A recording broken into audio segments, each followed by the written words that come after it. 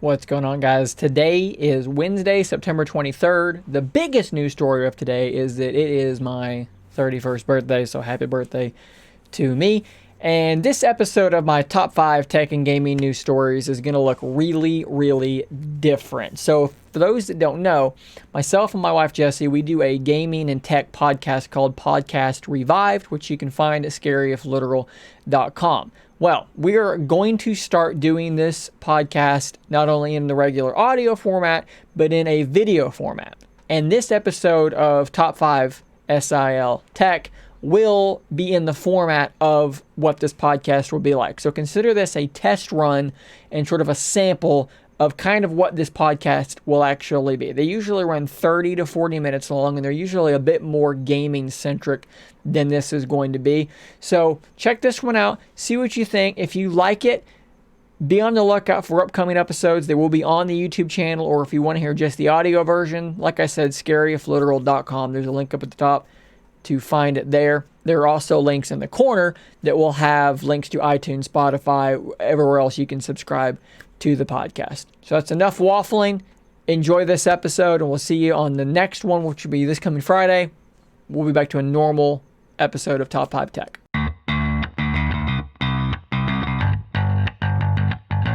So since we're doing this in a pretty wildly different format, and we're going to take more time to be a little bit more conversational about each topic, instead of doing my normal 5 news stories for the day, tech and gaming news stories, we're going to stick to just 3. That'll allow us to kind of, I was going to say spread our wings, but that doesn't really make any sense. It's going to allow us more time to just sort of talk about each subject. So the first news story of the day is one that hits pretty close to home for me. A game called Rocket League. It was actually on PlayStation Plus, I think, in the very beginning. It was one of the first big PlayStation Plus games. Rocket League has been around for a long time, and it is officially going free to play. The patch is push live, so if you've never tried Rocket League before, you can pull out your Switch, your PlayStation, your PC, whatever you game on, and it is now actually free to play. And I think that the interesting thing here is that you're looking at a game that started as a traditional, $40 game that slowly has added in microtransactions, but they've done it in a way that never really felt, intrusive or irritating. And they've done it to the point that now I think that going free to play is actually going to potentially see their revenue stream increase again. This game has been going out. That game's been out since PS4. That's been 7 years. So what, maybe 6 years or something?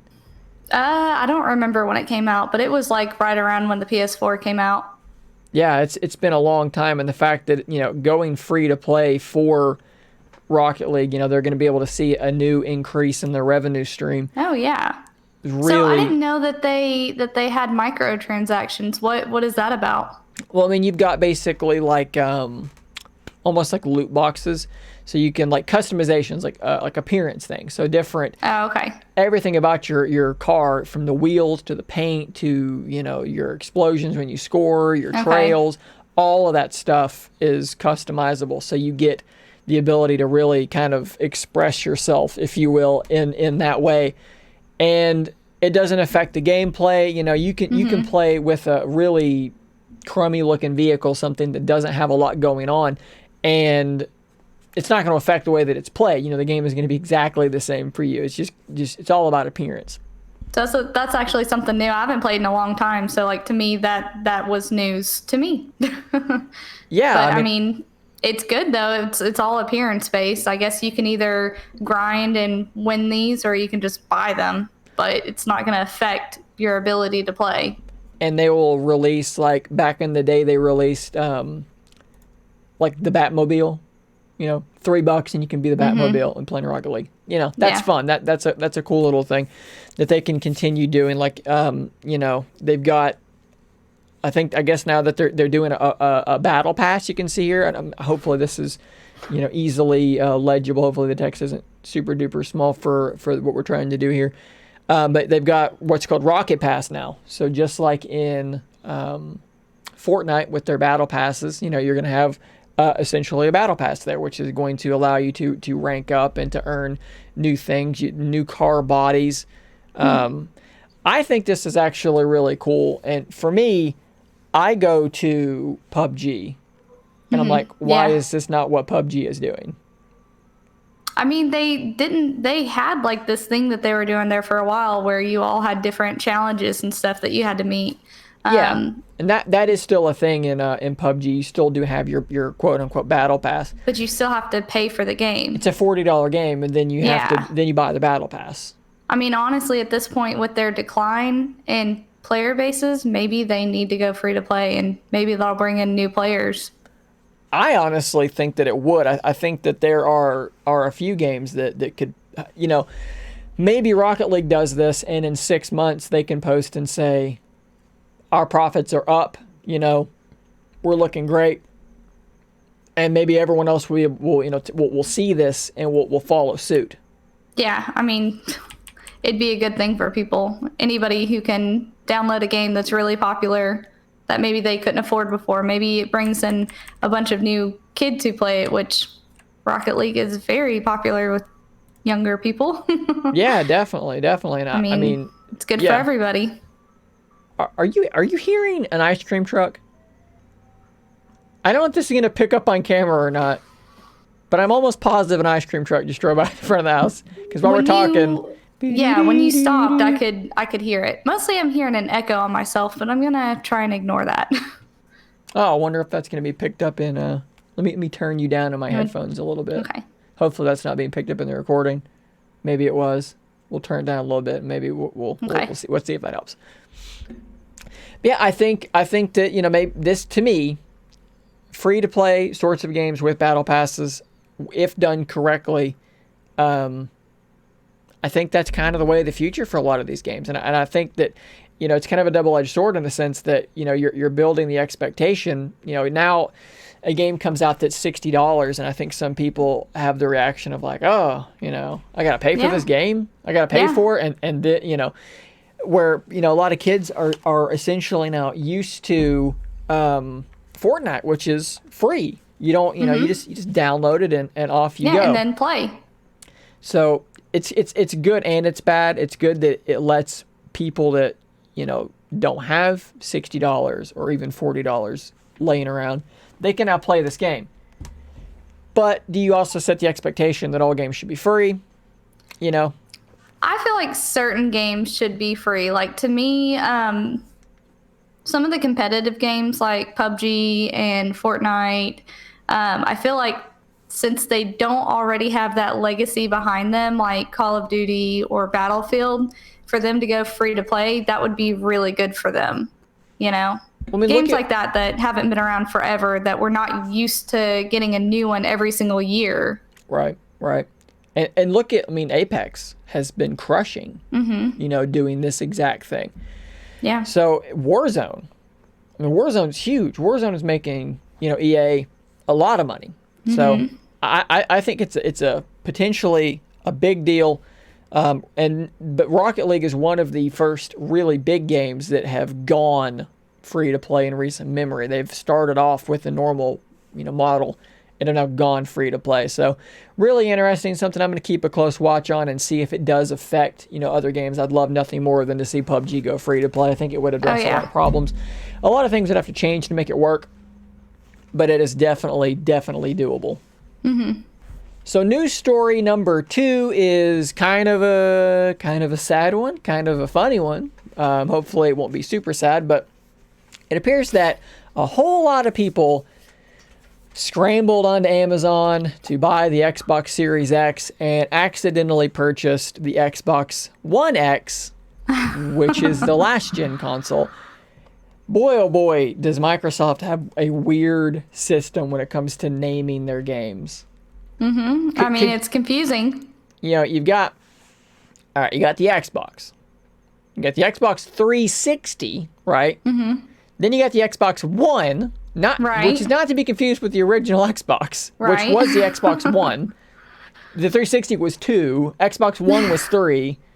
Then you've got the Xbox One X and the Xbox One S, not to be confused with the Xbox Series X and Series S, because that's a totally different thing.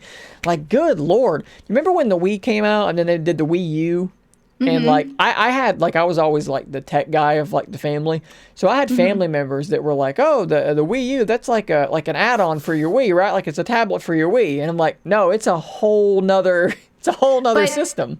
if you don't know about these things, then that's how it seems. Let's see here. So yeah, Xbox One X sales rank was up 747% on Amazon. Their sales went up 747%. How many people did in fact buy the wrong system? Did they now have they? The price is different. Like, you didn't notice that, like, oh, I didn't pay $500 for my Series X. I only paid, whatever. Maybe they're thinking they're getting a special Amazon deal. I got me a deal. Do you think that Microsoft intended for that to happen? For people to get confused? Surely not. That would be a terribly stupid thing to do. I don't think so. Not with all the other stuff that they're doing right now. It would seem out of character for them to be like, we want to trick you and confuse you into buying something that's already out right now. I don't know though. Here's another interesting thing too. This person is speculating that perhaps the bots that people make to buy these consoles to resell them, maybe a lot of the bots weren't able to differentiate well enough. Maybe a lot of these were bots. Good news is that a lot of people, that if you did do this, you can return it. Bad news is you've missed your shot more than likely on the pre-orders. You have to wait a little while longer, but with man, the rest of us. That, people who have bots to buy stuff and resell them, I just feel like that, man, I'm just not cool with that. What an asshole thing to do. We saw this with the 30 series RTX cards, the PlayStation 5, and the Xbox Series X and Series S as well. One really cool thing, which I may be able to pull up here, was that NVIDIA clarified that they've canceled manually hundreds of orders that they suspected were bots. That's really cool. So NVIDIA is cool actually... on them for doing that. Yeah, I was having fun this here, but they... they're actually canceling orders, canceling these bots. Maybe it'll encourage people to stop. I hope so, because it's a really like, what an asshole thing to do. I see it all the time. It's people who are buying stuff that they find on sale. Like right now, at my work, we have an appliance shortage, so we have people that are buying new returns for dirt cheap that are like scratch and dent units, and they're turning around and selling them for like $1,000. Yeah. Now we got. And it's not even like a good appliance. It's like bad. Yeah, that's no good. Now we've got ice cream trucks, and now we've got dogs barking as well. So here's an image that came from them. Basically, people freaking out about these people buying using bots and scripts and celebrating their purchase of multiple GeForce RTX 3080 GPUs. Did the bots get all of the available supply? Their response was no. While individuals using bots may have shown images of email inboxes filled with confirmed orders, NVIDIA has canceled hundreds of orders manually before they were able to ship. So that's a good thing. That is some good news. Yeah. I mean, we don't need to go through all that again. No, it's super annoying, and it takes... having any cards out there right now. Yeah. Oh, yeah, we've just now gotten out of the sort of the memory, with Bitcoin cards, video cards were hard to find there for a while. Memory prices were through the roof. So it's hard to find them then, too. So, yeah. I mean, look, the 30 series cards are really good, but it's predatory. Definitely a bummer if anybody accidentally did buy the Xbox One X when they meant to get the Series X. Hopefully that didn't happen too much. Hopefully they're able to cancel hopefully they're able to cancel their order and find a pre-order of the actual system. So let's talk now about what I've already got here on screen, the third and final news story for today, the Samsung Galaxy S20 FE. This is actually pretty cool. FE stands for Fan Edition, which I don't know what that means, but like, you're a fan of it, or there's a fan in it. You could take your Samsung FE and you could just, it's a little warm out there. You know what? It actually kind of works. I don't think that's what they meant by fan edition, but who knows? I mean, look, no one's going to stop you from doing that, you know? I'm a huge fan. It's a free country. Pretty cool though. I mean, you're going to get for $699, which is, you know, you're in OnePlus 7 Pro, you know, OnePlus phone kind of territory. You're going to get a 6.5 inch big display, 120 hertz refresh rate. That's pretty cool. I believe you are getting the current Snapdragon, the top flight Snapdragon 865, so the newest processor, 6 gigs of RAM, which, I mean, look, we all know in my Surface Duo, 6 gigs of RAM just isn't enough. Video right about in this area talking about how freaking stupid that is. 4,500 milliamp hour battery, so a big battery, not as big as your LG V60 Thin Q, but a pretty darn big battery for $699. Yeah, I mean, you really can't beat that. Pretty darn good. You've got a 12 megapixel ultra wide, 8 megapixel telephoto, which says it's, you know, it's keeping the 30x space zoom feature, but who the fuck is zooming 30x on their smartphone? Not going to do 8K video, but who's doing 8K video? Who has an 8K screen to watch 8K video on? I don't know. Who cares about this stuff? The selfie camera is 32 megapixels. Wow. I mean, it sounds like it's a pretty solid phone. It looks good. You know, $699 is a pretty compelling price point. I personally, I know that you've been kind of lukewarm on the appearance of the Samsung phones. I mean, the camera bump is getting a little out of hand. The camera bump on the Note series is nearly as thick as the Surface Duo is unfolded. But I think it looks... It's not as big as most of the camera bumps on other phones, but one thing that I really do like is that there are multiple colors on this version that you can choose from, which is like, that's so cool. Like when Google came out with the new Pixel, the budget one, and it was like, it's one color. Like, I get that. Like, it's a budget thing, but come on. Like, can you just one more color, please? Yeah, that's annoying. I like the mint green. I like the lilac. Those the are pretty orange good. one was kind of cool too. Yeah. The orange is pretty cool as well. I think that's a really good budget phone. I think what a lot of people don't realize when we're talking about Samsung, everyone talks about the Note and the S series and so forth. What a lot of people don't realize is that their A series phones, their budget phones, sell incredibly well. They sell better than the Note and the S series phones. These cheaper mid-range, or even the A series are even cheaper than this by a good margin.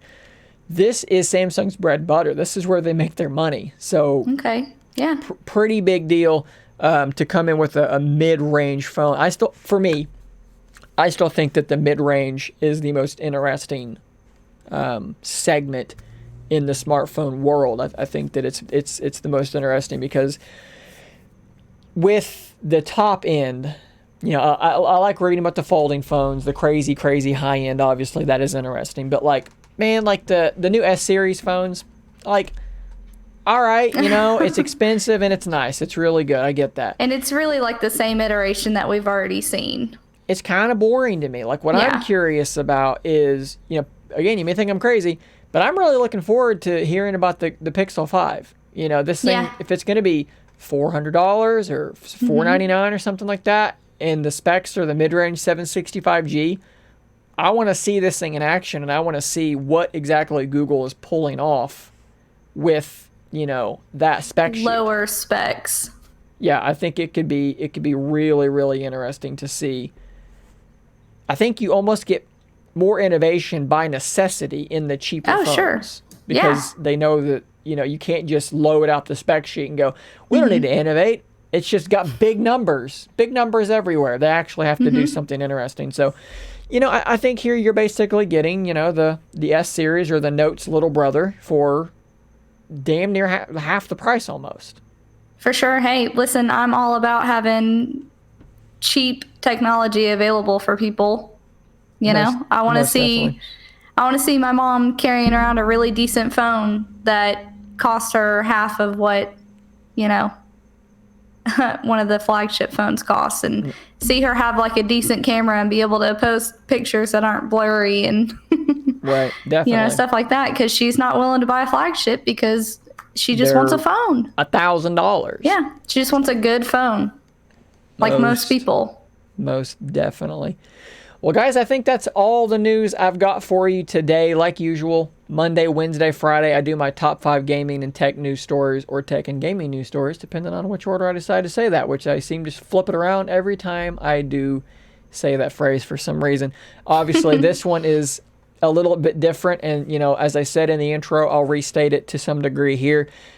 This is going to be what Podcast Revived is going to kind of look like and kind of how it's going to go. My intention is for at least some of them to be live streamed. In a perfect world, we live stream them all. You guys can interact with us in a chat box down where this web browser is down there now. That's kind of the dream. Scheduling is going to be a little bit of a problem, but bare minimum, you're going to be getting a video version of the podcast and then an audio version maybe a day or so later. So I kind of wanted to give a teaser, a taste of what this format might look like, as well as a way for us to kind of do a test run and see what we might need to change to kind of dial it in a little bit better. So Friday, normal, top 5 tech video coming on Friday, back to normal. And then the podcast will drop somewhere between probably Saturday, Sunday, and then the audio version on Mondays like usual. So be on the lookout for that. So we'll see you on the next video. And until then, stay nerdy, my friends. If you enjoy my content, please consider becoming a Scary If Literal member. You'll get access to a whole bunch of emoticons to use with live streams and a shout out on an upcoming video. Thanks as always for your continued support.